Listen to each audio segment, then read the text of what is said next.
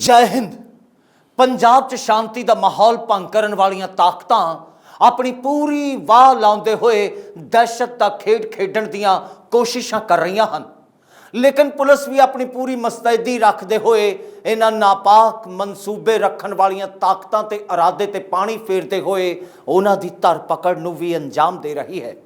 लेकिन वड्डा सवाल उदों खड़ा हो जाता है जदों पंजाब दी तेज तर्रार इंटैलीजेंस विभाग दी इमारत नूं निशाना बनाउंदे हुए उस ते हमला कर दिता जाता है। पंजाब इंटैलीजेंस विभाग दी इमारत ते कीते गए इस हमले दे विचों अतवादी हमले दी बो क्यों आ रही है, वेखो यह रिपोर्ट। पंजाब दा शहर मोहाली सैक्टर 77 जिथे इंटैलीजेंस विभाग दा दफ्तर है, उत्थे दियां ही तस्वीरां हन। यह इंटैलीजेंस विभाग सहित पंजाब पुलिस के पैरां हेठे दी जमीन उस वेले सरक गई जदों किने अनपछाते लोकां वल्लों इस दफ्तर की इमारत नूं निशाना बनाउंदे होए रॉकेट प्रपेलोड ग्रेनेड नाल हमले नूं अंजाम दिता गया, जिस कारण खुफिया विभाग की इमारत की तीजी मंजिल नाल कोई रॉकेट नुमा चीज टकराई अते उस तो बाद धमाका हो गया, जिस कारण इमारत के शीशे तक चटक गए। लेकिन इस अटैक तो बाद पुलिस प्रशासन और सरकार नूं हत्थां पैरां दी पै गई। शाम के करीब 7:45 बजे इस धमाके नूं अंजाम दिता गया, जिस तो बाद मोहाली दे विच दहशत वर्गा माहौल जिहा बन गया, क्योंकि सुरक्षा दे नाल जुड़े हर मुद्दे की बरीकी नाल खबर रखण वाले इंटैलीजेंस विभाग नूं ही जद निशाना बनाउण दी कोशिश की गई तां लोग अपनी सुरक्षा नूं लैके चिंता विच पै गए। जिस तरीके नाल इस हमले नूं अंजाम दिता गया, जिस तरीके की हथियार की वरतों इस हमले नूं अंजाम देण दे लई कीती गई, उस दे चलदे तां इंज जापदा है कि जिवें इस हमले दे तार किसी अतवादी संगठन नाल जुड़े हुए होण। दूजे पासे इस हमले दे तारां दा कनैक्शन की करनाल वाले इंसीडेंट नाल भी जुड़िया होया है। ये वो तमाम एंगल हन जिन्हां नूं पुलिस प्रशासन बिल्कुल भी नज़रअंदाज नहीं कर सकता, अते इसे तमाम एंगलों दे नाल पंजाब पुलिस अते होर इंटैलीजेंस एजेंसियां तो अलावा NIA भी हुण इस जांच नूं बड़ी तेजी नाल अगे वधाउण विच लग गई है। ये तस्वीर है गुरप्रीत, अमनदीप, परमिंदर अते भुपिंदर दी, अते चारों इस वेले हरियाणा पुलिस की गिरफ्त विच हन, क्योंकि इन्हां चारां दे तार पाकिस्तान च बैठे अतवादी हरविंदर रिंदा नाल जुड़े हुए हैं। यानी उस दे लई किसी स्लीपर सैल का काम करते हुए रविंदर रिंदा के इशारे ते बार्डर पार तो आने वाले विस्फोटक वख-वख थावां ते पहुंचाउण दे काम नूं इह चारे अंजाम देण विच लगे हुए सन। विस्फोटकां दी यह खेप ड्रोन राहीं फिरोजपुर विच उतरी अते पाकिस्तान च बैठे अतवादी रविंदर रिंदा दे राहीं भेजी गई लोकेशन उत्ते यह लोग विस्फोटकां दी यह खेप पहुंचाउण जा रहे सन। गुप्त सूचना के आधार पर यह जानकारी हरियाणा पुलिस नूं हासिल हो गई अते उसने बिना कोई देर कीते अपना जाल वछा इन्हां चारां नूं करनाल दे लाग्यों काबू कर लिया। पकड़े गए इन्हां चारां अतवादियों विचों 3 फिरोजपुर के रहने वाले हैं अते 1 लुधियाना शहर का। जिस वेले पुलिस ने इन्हां नूं धरिया उस वेले यह इस गड्डी विच सवार सन अते तबाही दा की समान पुलिस वल्लों इन्हां कोलों बरामद किया गया, वो भी SP गंगाराम पुनिया कोलों जान लवो। अभी तक जो बरामद की हुई है वो एक देसी जो पिस्टल है वो 31 जिंदा कारतूस, 3 जो लोहे के कंटेनर जिनका 2.5 किलो के आसपास वजन है जिसमें एक्सप्लोजिव्स हैं वो, और 1,38,000 रुपये के आसपास। ये रहने वाले कहाँ पे है सर? प्रीत नाम का जो इन चारों में से मुख्य आरोपी है वो पहले जेल में रहा था। इसी दौरान उसकी एक मुलाकात एक राजवीर नाम के शख्स से हुई। राजवीर हरविंदर सिंह रिंदा का पहले से ही पुराना एसोसिएट रहा है। वो राजवीर सिंह भी जो है वो उसके हरविंदर सिंह रिंदा के लिए काम करता था। राजवीर ने उसकी जो है संपर्क उससे हरविंदर सिंह रिंदा जो पाकिस्तान बेस्ड है उससे उसकी बात करवाई। इसके बाद में पिछले 9 महीने से लगातार कॉन्टेक्ट में थे। वो वहाँ से सप्लाई इसको भेजता था। ये उसकी बताई गई लोकेशन पर रख के आता। इन्हां दे काबू विच आउण तो बाद इंटैलीजेंस एजेंसियां पंजाब पुलिस अते तेलंगाना पुलिस तो अलावा महाराष्ट्र पुलिस भी हरकत विच आ गई।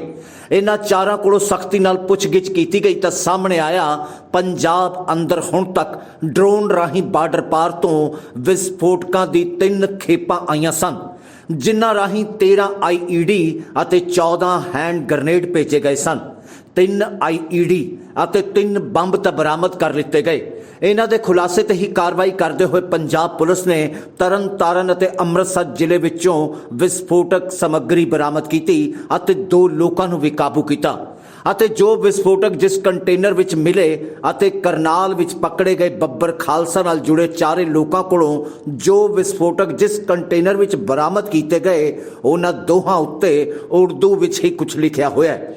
ਪੁਲਿਸ ਦੇ ਸਾਹਮਣੇ ਚੁਣੌਤੀ ਇਹ ਹੈ ਕਿ ਪਾਕਿਸਤਾਨ ਤੋਂ ਆਏ 10 IED ਅਤੇ 11 ਗ੍ਰਨੇਡ ਉਸ ਨੂੰ ਹਾਲੀ ਬਰਾਮਦ ਕਰਨੇ ਹਨ, ਲੇਕਿਨ ਪੰਜਾਬ ਦੇ ਮੋਹਾਲੀ 'ਚ ਇੰਟੈਲੀਜੈਂਸ ਵਿਭਾਗ ਦੀ ਇਮਾਰਤ ਤੇ ਹੋਏ ਹਮਲੇ ਦੇ ਤਾਰ ਇਹਨਾਂ ਦੇ ਗਰੁੱਪ ਨਾਲ ਤਾਂ ਨਹੀਂ ਜੁੜੇ। ਇਹ ਅੱਤਵਾਦੀ ਹਮਲਾ ਹੈ ਜਾਂ ਨਹੀਂ, ਫਿਰ ਪੰਜਾਬ 'ਚ ਜਾਂ ਗੁਪਚੁਪ ਤਰੀਕੇ ਨਾਲ ਮਾਹੌਲ ਖਰਾਬ ਕਰਨ ਵਾਲੇ ਕਿਸੇ ਕੱਟੜਵਾਦੀ ਗੁੱਟ ਦਾ ਕੰਮ ਤਾਂ ਨਹੀਂ। ਪੁਲਿਸ ਆਪਣੀ ਜਾਂਚ ਵਿੱਚ ਲੱਗੀ ਹੋਈ ਹੈ ਅਤੇ ਛੇਤੀ ਹੀ ਇਸ ਮਾਮਲੇ ਦੀ ਤਹਿ ਤੱਕ ਪਹੁੰਚ ਇਸ ਬਲਾਸਟ ਦੀ ਗੁੱਥੀ ਉਹ ਸੁਲਝਾ ਲਵੇਗੀ।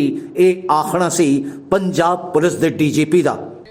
देखिए, इसमें जैसा भी अटैक निकलेगा आपको बता देंगे। मेन ये है कि आपको पता ही है कि एक प्रोजेक्टाइल ने हिट किया है और उसमें जो एक्सप्लोजिव इस्तेमाल हुआ है वो TNT लग रहा है। बाकी इसमें जिस तरीके से इंसिडेंट हुआ है शाम के टाइम, उस टाइम कमरे में कोई नहीं था और इम्पैक्ट दीवार पे आया, इसलिए नुकसान कोई नहीं हुआ है। और लेकिन ये चैलेंज है और हम इसको इस केस को सॉल्व करने के लिए पूरे कोशिश कर रहे हैं और जल्दी सॉल्व कर रहे हैं। Thank you.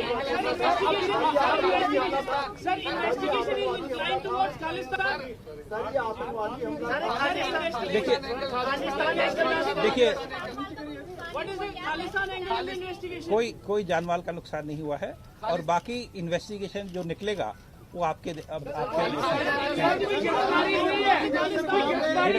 गिरफ्तारी होगी तो बता दी जाएगी। ਮੋਹਾਲੀ ਬਲਾਸਟ ਮਾਮਲੇ ਦੇ ਵਿੱਚ ਕਾਰਵਾਈ ਕਰਦੇ ਹੋਏ ਪੰਜਾਬ ਪੁਲਿਸ ਨੇ ਹਾਲਾਂਕਿ ਸ਼ੱਕ ਦੀ ਬਣਾ ਤੇ ਕੁਝ ਲੋਕਾਂ ਨੂੰ ਕਾਬੂ ਕੀਤਾ ਹੈ ਅਤੇ ਕੁਝ ਅਹਿਮ ਕਲੂਜ਼ ਵੀ ਉਹਦੇ ਹੱਥ ਲੱਗੇ ਨੇ ਜਿਨ੍ਹਾਂ ਦੇ ਚੱਲਦੇ ਉਹ ਆਪਣੀ ਕਾਰਵਾਈ ਨੂੰ ਅੰਜਾਮ ਦੇਣ ਵਿੱਚ ਲੱਗੀ ਹੋਈ ਹੈ। ਕਾਬੂ ਕੀਤੇ ਗਏ ਲੋਕਾਂ ਕੋਲੋਂ ਸਖਤੀ ਨਾਲ ਪੁੱਛਗਿੱਛ ਕਰਦੇ ਹੋਏ ਉਹ ਇਸ ਮਾਮਲੇ ਦੀ ਤਹਿ ਤੱਕ ਜਾਣ ਦੀ ਪੂਰੀ ਕੋਸ਼ਿਸ਼ ਕਰ ਰਹੀ ਹੈ। ਦੂਜੇ ਪਾਸੇ ਕਰਨਾਲ 'ਚ ਫੜੇ ਗਏ ਲੋਕਾਂ ਦਾ ਕਨੈਕਸ਼ਨ ਬੱਬਰ ਖਾਲਸਾ ਦੇ ਨਾਲ ਤੇ ਨਾਲ ਹੀ ਪੁਲਿਸ ਵੱਲੋਂ ਤਰਨਤਾਰਨ ਅਤੇ ਫਿਰੋਜ਼ਪੁਰ ਵਿੱਚ ਵਿਸਫੋਟਕ ਸਮੱਗਰੀ ਤੋਂ ਇਲਾਵਾ ਦਬੋਚੇ ਗਏ ਲੋਕਾਂ ਦਾ ਕਨੈਕਸ਼ਨ ਵੀ ਬੱਬਰ ਖਾਲਸਾ ਦੇ ਨਾਲ, ਯਾਨੀ ਕਿ ਕਰਨਾਲ, ਫਿਰੋਜ਼ਪੁਰ, ਤਰਨਤਾਰਨ, ਪਾਕਿਸਤਾਨ, ਬੱਬਰ ਖਾਲਸਾ, ਇਹ तमाम ਤਾਰ ਆਪਸ 'ਚ ਜੁੜਦੇ ਹੋਏ ਇੰਟੈਲੀਜੈਂਸ ਏਜੰਸੀਆਂ ਨੂੰ ਨਜ਼ਰ ਆ ਰਹੇ ਨੇ ਕਿ ਮੋਹਾਲੀ ਹਮਲਾ ਉਸੇ ਦੇ ਤਹਿਤ ਜਾਂ ਉਸੇ ਦੀ ਕੜੀ ਦੇ ਨਾਲ ਤਾਂ ਨਹੀਂ ਜੁੜਦਾ। ਇਹ ਸਭ ਤਾਂ ਹਾਲੇ ਆਉਣ ਵਾਲੇ ਵੇਲੇ ਵਿੱਚ ਪਤਾ ਲੱਗੇਗਾ, ਲੇਕਿਨ ਪੁਲਿਸ ਦਾ ਆਖਣਾ ਹੈ ਕਿ ਦੋਸ਼ੀ ਬਖਸ਼ੇ ਨਹੀਂ ਜਾਣਗੇ ਅਤੇ ਪੁਲਿਸ ਦੇ ਲਈ ਇਸ ਤਰੀਕੇ ਦਾ ਹਮਲਾ ਕਰਦੇ ਹੋਏ ਉਸ ਦੇ ਲਈ ਵੱਡੀ ਚੁਣੌਤੀ ਬਣਨ ਵਾਲਿਆਂ ਨੂੰ ਛੇਤੀ ਹੀ ਕਾਬੂ ਕਰਕੇ ਇਸ ਪੂਰੇ ਹਮਲੇ ਦਾ ਸੱਚ ਸਾਹਮਣੇ ਲਿਆ ਦਿੱਤਾ ਜਾਏਗਾ। ਬਹਰਹਾਲ ਹੁਣ ਮੈਨੂੰ ਯਾਨੀ ਗਗਨਦੀਪ ਨਾਰੰਗ ਨੂੰ ਦਿਓ ਇਜਾਜ਼ਤ, ਫੇਰ ਹੋਵੇਗੀ ਮੁਲਾਕਾਤ। ਜੈ ਹਿੰਦ। ਸਤਿ ਸ਼੍ਰੀ ਅਕਾਲ ਜੀ, ਮੈਂ ਨਿਰਮਲ ਮਾਨ ਊੜਾ ਟੈਕਸ ਸੈਟਲਮੈਂਟ ਤੋਂ। ਇਹ ਤੁਸੀਂ ਵੀਡੀਓ ਦੇਖ ਰਹੇ ਸੀ TV ਪੰਜਾਬ ਦੇ ਉੱਤੇ।